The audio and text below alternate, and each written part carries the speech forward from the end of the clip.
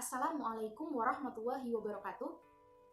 Alhamdulillahirrabbilalamin. Segala puji bagi Allah Tuhan semesta alam yang telah melimpahkan rahmat dan nikmatnya sehingga kita dapat berkumpul pada pagi hari ini untuk melaksanakan pembelajaran jarak jauh. Salawat berbingkaikan salam tak lupa pula kita kirimkan kepada Nabi besar kita, yakni Nabi Muhammad SAW. Yang kami hormati Bapak Dr. Gusnam Haris, SAG MAG selaku dosen pengampu mata kuliah peradaban Islam. Kemudian yang kami banggakan teman-teman yang dapat hadir pada pagi hari ini. Pada kesempatan kali ini, izinkanlah kami dari kelompok 2 untuk mempresentasikan hasil diskusi kami mengenai dinasti Abbasiyah. Kalau kata orang, tak kenal maka tak aruf. Kalau gitu kita kenalan dulu yuk, siapa sih teman-teman yang tergabung dalam kelompok 2 ini? Yang pertama ada saya sendiri, Adila Anissa sebagai moderator dan presentator pembuka. Selanjutnya ada Fahmi Hilmawan sebagai presentator pertama. Kemudian ada Fahriza Alfarizi sebagai presentator kedua. Dan yang terakhir ada Giovanni sebagai presentator ketiga. Baiklah, langsung kita memasuki materi pertama yang akan saya jelaskan. Dinasti Abbasiyah merupakan kekhalifahan kedua Islam yang berkuasa di Baghdad yang kemudian pindah ke Kairo, Mesir pada tahun 1261. Pada kekhalifahan ini, Islam berkembang begitu pesat sehingga menjadi pusat pengetahuan dunia. Bani Abbasiyah merujuk kepada keturunan dari paman Rasulullah SAW yang termuda, yaitu Abbas bin Abdul Muthalib. Proses pembentukan dinasti Abbasiyah ini melalui dua cara. Yang pertama, dengan menyebarkan misi propaganda melalui jaringan rahasia, dan yang kedua dengan menghimpun kekuatan militer. Pada kemajuan dinasti Abbasiyah ini diperoleh seiring dengan membaiknya perekonomian, seperti dalam sektor pertanian melalui irigasi dan hasil pertambangan seperti emas, perak, tembaga, dan juga besi. Selanjutnya kita akan melihat tokoh-tokoh yang berperan dalam dinasti Abbasiyah. Yang pertama ada Al-Mahdi dan Harun Ar-Rasyid yang akan dijelaskan oleh Fahmi Hilmawan. Kemudian ada Al-Ma'mun dan Al-Mu'tasim yang akan dijelaskan oleh Fahriza Alfarizi.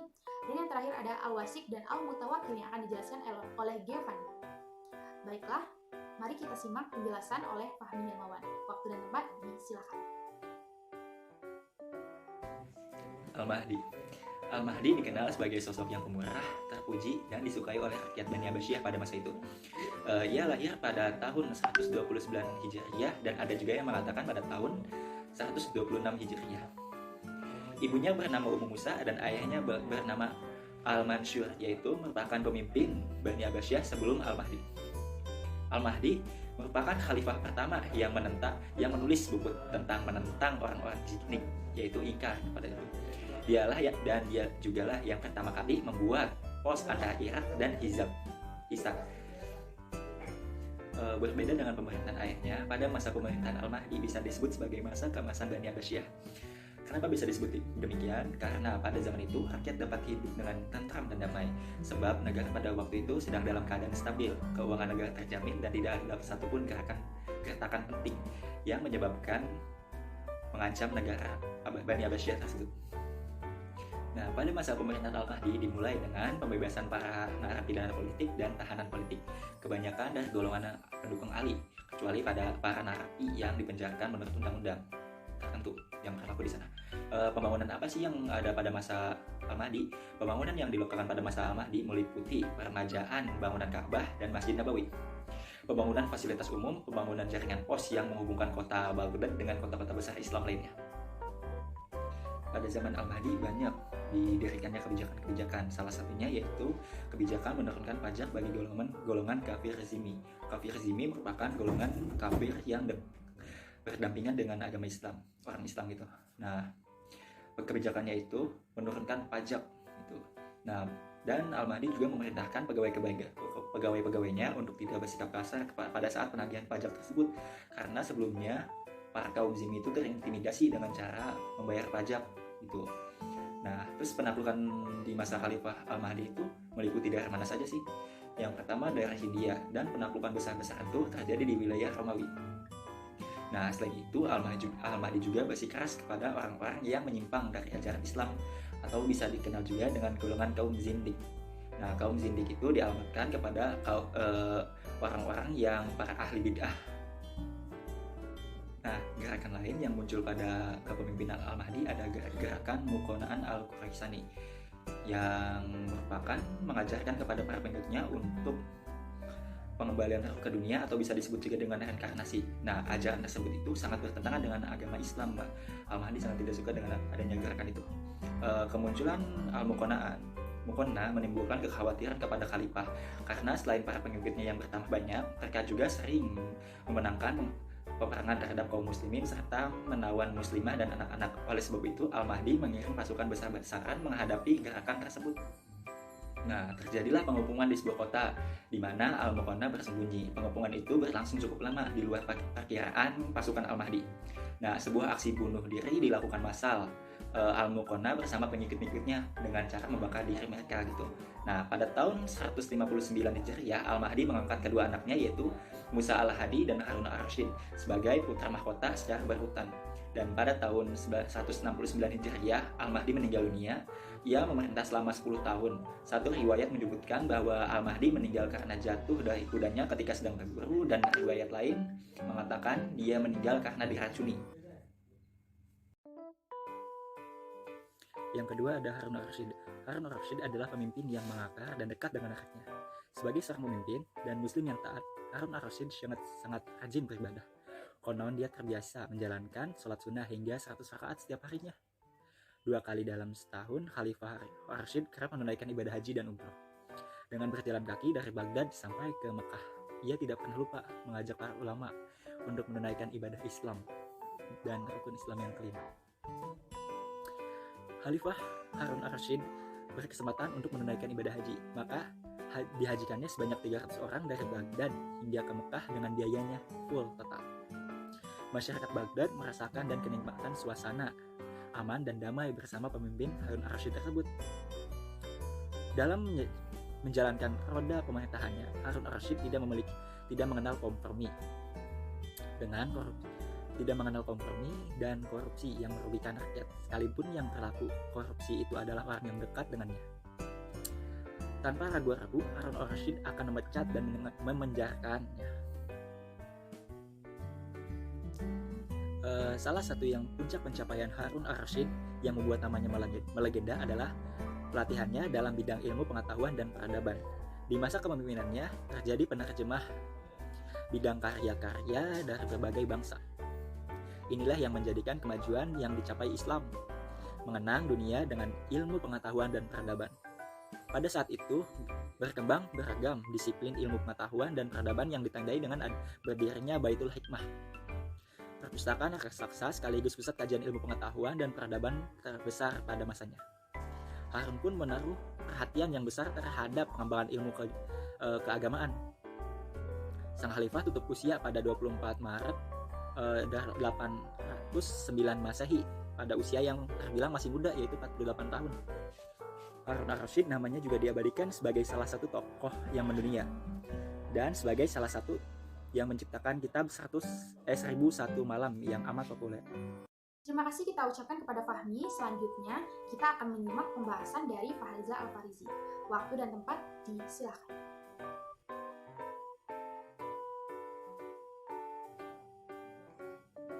Abdullah Al-Ma'mun bin Harun al-Rashid memerintahkan Bani Abbasiyah pada tahun 813 sampai dengan 833 Masehi. Ia adalah khalifah ke-7 dari Bani Abbasiyah yang melanjutkan kepemimpinan saudara Al-Amin. Untuk mengikuti perkembangan ilmu pengetahuan saat itu, Khalifah Al-Ma'mun memperluas Baitul Hikmah atau Darul Hikmah yang didirikan oleh ayahnya Harun al-Rashid sebagai akademi ilmu pengetahuan pertama di dunia. Baitul Hikmah diperluas menjadi lembaga perguruan tinggi, perpustakaan, dan tempat penelitian. Lembaga ini memiliki ribuan buku ilmu pengetahuan. Lembaga lain yang didirikan oleh Al-Ma'mun yaitu Majelis Al-Munazzar sebagai lembaga pengkajian keagamaan yang diselenggarakan di rumah-rumah, masjid, dan istana khalifah. Lembaga ini menjadi tanda kekuatan kebangkitan timur, di mana Baghdad mulai menjadi pusat kebudayaan, ilmu pengetahuan, dan puncak keemasan Islam. Kemauan Al-Ma'mun dalam mengembangkan ilmu pengetahuan tidak mengenal kata lelah. Ia ingin menunjukkan kemauan yang tinggi terhadap ilmu pengetahuan dan filsafat tradisi Yunani. Para ahli sejarah mengenal Al-Mutasim dengan sebutan Al-Mutasammim atau Sang Delapan. Mengapa demikian? Karena ia sangat akrab dengan angka 8. Al-Mutasim menjabat khalifah ke-8 Bani Abbasiyah. Ia wafat dalam usia 38 tahun. Selain para pakar ilmu pengetahuan dan politik, pada masa Khalifah Al-Ma'mun muncul pula sarjana muslim di bidang musik, yaitu Al-Qindi. Al-Muhtasim, ia adalah Muhammad bin Harun Ar-Rasyid. Ia menjabat sebagai khalifah menggantikan saudaranya Al-Ma'mun. Dalam literatur sejarah, dia dikenal dengan nama Al-Muhtasim Billah. Sejak muda Al-Muhtasim Billah, yaitu pada tahun 833 sampai 842 Masehi, tergolong seorang militer yang memegang kedisiplinan tinggi. Ia mempunyai tubuh yang kekar dan kuat. Itu juga alasan pendahulunya Al-Ma'mun memindahkan hak khalifah dari putranya kepada saudaranya ini. Apalagi lawan mereka, pihak Bizantium, dipimpin oleh seorang ahli militer dan strategi perang. Di tengah segala kerusuhan pada kepemimpinannya, Al-Mutasim Billah masih sempat mendirikan atau membangun sebuah kota indah yang dikenal dengan nama Samara. Sejak saat itu, pusat pemerintahan dipindahkan ke Samara yang semula berada di Baghdad. Kendati Khalifah Al-Muhtasim adalah seorang militer sejati, namun perlakuannya terhadap Imam Ahmad bin Hambal tidak berubah. Imam Ahmad bin Hambal tetap dipenjara, namun lambat laun perlakuan kepada Imam Ahmad bin Hambal mulai berubah, bahkan ia mengagumi keberanian sang imam. Para ahli sejarah mengenal Al-Mutasim dengan sebutan Al-Mutasammim atau Sang Delapan. Mengapa demikian? Karena ia sangat akrab dengan angka 8. Al-Mutasim menjabat khalifah ke-8 Bani Abbasiyah. Ia wafat dalam usia 38 tahun. Pada masa pemerintahannya menurut kalender Hijriah berusia 8 tahun 8 bulan dan 8 hari. Ketika wafat, ia meninggalkan 8 putra dan 8 putrinya. Apakah fakta ini benar atau tidak? Wallahu alam. Seandainya pun benar, itu hanyalah suatu kebetulan belaka, tak ada hubungannya dengan segala keberhasilan sang khalifah. Terima kasih kita ucapkan kepada Fahriza. Jika ada teman-teman yang ingin bertanya, silahkan mengirim pertanyaan melalui grup WhatsApp atau kolom komentar di bawah ini. Selanjutnya kita akan menyimak pembahasan yang akan dibawakan oleh Devan. Waktu dan tempat silakan. Al-Wasik Billah, nama lain dari Al-Wasik Billah yaitu Harun bin Muhammad bin Harun. Memerintah antara tahun 842 dan 847 Masehi. Harun bin Muhammad Abu Ja'far, disebut juga Abu Al-Qasim Al-Mu'tasim bin Ar-Rasyid. Ibunya mantan budak bernama Qorotis. Ia menjadi khalifah berdasarkan wasiat ayahnya dan dilantik pada tanggal 19 Rabiul Awal tahun 227 Hijriah. Pada tahun 231 Hijriah, Al-Wasik mengirimkan surat kepada Gubernur Basrah memerintahkannya untuk kembali menguji para imam dan para muazin tentang masalah Al-Quran yang dianggap makhluk. Dalam hal ini, dia melanjutkan pendapat pendahulunya yang menganggap Al-Quran itu makhluk. Namun dia bertobat di akhir masa jabatannya. Kemudian Al-Wasik Billah ini menganut paham Mu'tazilah. Dan barang siapa yang mengatakan Al-Quran adalah makhluk, maka dibebaskan. Dan barang siapa yang mengatakan bahwa Al-Quran bukan makhluk, maka dibunuh. Contohnya Ahmad bin Nasr.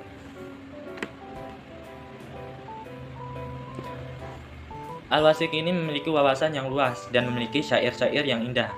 Ia juga banyak mengetahui tentang berbagai persoalan dan dia memiliki suara yang bisa diubah menjadi 100 macam.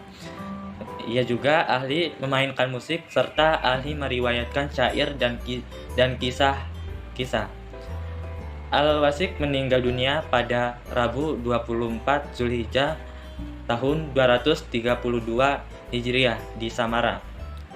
Khalifah Al-Mutawakkil, nama lengkapnya adalah Al-Mutawakkil Allah Ja'far Abu Al-Fadl bin Mu'tasim bin Ar-Rasyid, memerintah antara tahun 847 Masehi sampai 861 Masehi.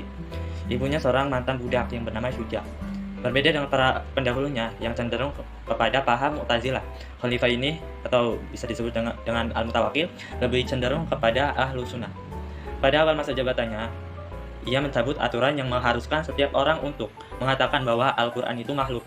Perintah ini disebar ke seluruh wilayah kekuasaannya pada tahun 234 Hijriah.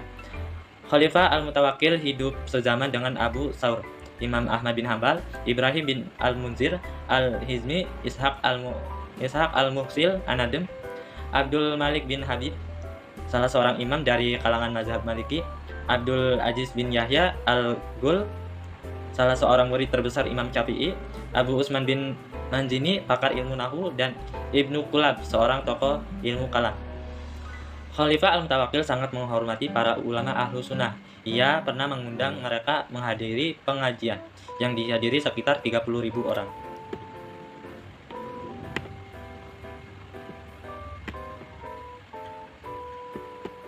Dalam acara tersebut, ada yang memberikan pujian kepada Khalifah Al-Mutawakkil sampai melewati batas dengan berujar, Khalifah yang benar-benar khalifah itu ada 3. Abu Bakar pada saat memerangi orang-orang yang murtad dari ajaran Islam, Umar bin Abdul Aziz sangat membebaskan manusia dari kezaliman, dan Al-Mutawakkil yang kembali menghidupkan sunnah Rasulullah serta mengubur orang-orang Jahmiyah. Al-Mutawakkil mewajibkan kepada setiap orang Kristen untuk memakai gelang sebagai pengenal bahwa mereka orang Kristen, mengganti Abu Bakar bin Al-Latis, seorang hakim agung Mesir, karena keaktifannya sebagai salah seorang pemimpin gerakan Jahmiyah yang sesat. Kemudian diganti dengan Al-Haris bin Miskin, salah seorang murid kenamaan Imam Malik. Kemudian Al-Mutawakkil juga dikenal sebagai seorang yang sangat pemurah dan banyak dipuji karena kemurahan hatinya dalam memberikan bantuan berupa uang dan harta benda. Terima kasih kita ucapkan kepada Giovanni, sampailah kita pada penghujung acara. Terima kasih untuk teman-teman atas segala perhatiannya dan mohon maaf atas segala kekurangan. Wabillahi taufiq wal hidayah. Wassalamualaikum warahmatullahi wabarakatuh.